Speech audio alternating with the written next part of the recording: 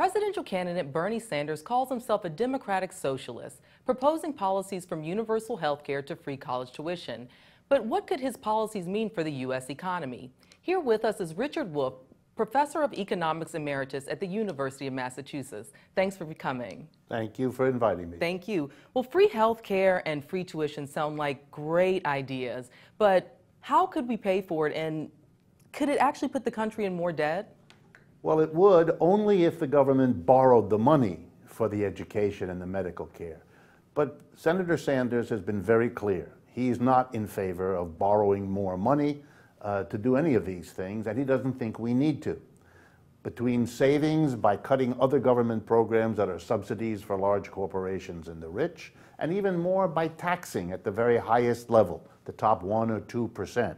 And there I might mention that Mr. Sanders' program isn't that different from what Warren Buffett has called for, and he's one of the biggest capitalists in the world. So the program of Mr. Sanders would take care of these basic requirements, the way many other capitalist countries do, in Europe, for example, and not go into debt because it would be higher taxes on the very rich that would, in effect, pay for this. Well, you know, there are different variations of capitalism and socialism. Would this kind of democratic socialism actually hurt the U.S. economy? No, I don't think so, any more than the socialist experiments in France or Germany or Scandinavia or many, many other countries that are capitalist like ours have. It's a very mild kind of socialism. It has the government coming in and trying to make things a little less unfair, a little less unequal, a little less sharp in the gaps between rich and poor. That's what democratic socialism has always meant.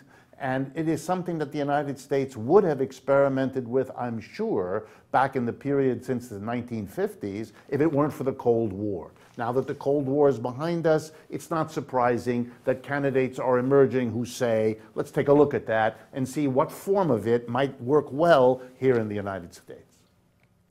Is democratic socialism the answer to the income inequality debate that we're having here in the U.S.? Frankly, I don't think so. I think what it is an attempt to go back to what we had in times like the 1950s and 60s, when people at the upper end of our income distribution paid much higher taxes, when corporations paid much higher taxes, in order to even the playing field, to protect and restore that middle class that we talk so much about.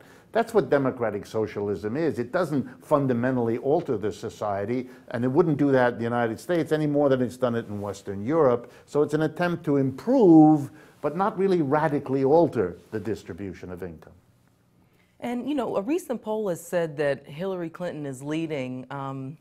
You think a democratic socialist can win the general election? No question in my mind that they can.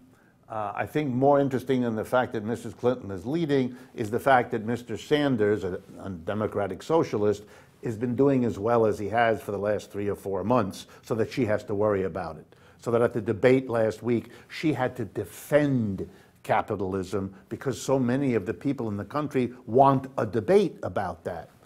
But the bottom line is, 8 years ago, most Americans were told that there's no way on earth a young black American named Barack Obama could become the president. Too much of a legacy of racism and of the slavery and the Civil War. It was all wrong. He won the election, he won by a lot, and he won re-election. It seems to me the same applies to Bernie Sanders. Used to be you couldn't be a socialist and get anywhere. Those days are gone, just like they're gone for African Americans. So I think we're in a position where this may happen and surprise a lot of people who are saying it can't be done. Well, Professor, thank you so much for coming and meeting with us today. My pleasure. Thank you. Thank you. I'm Valerie Young, and you're watching The Street.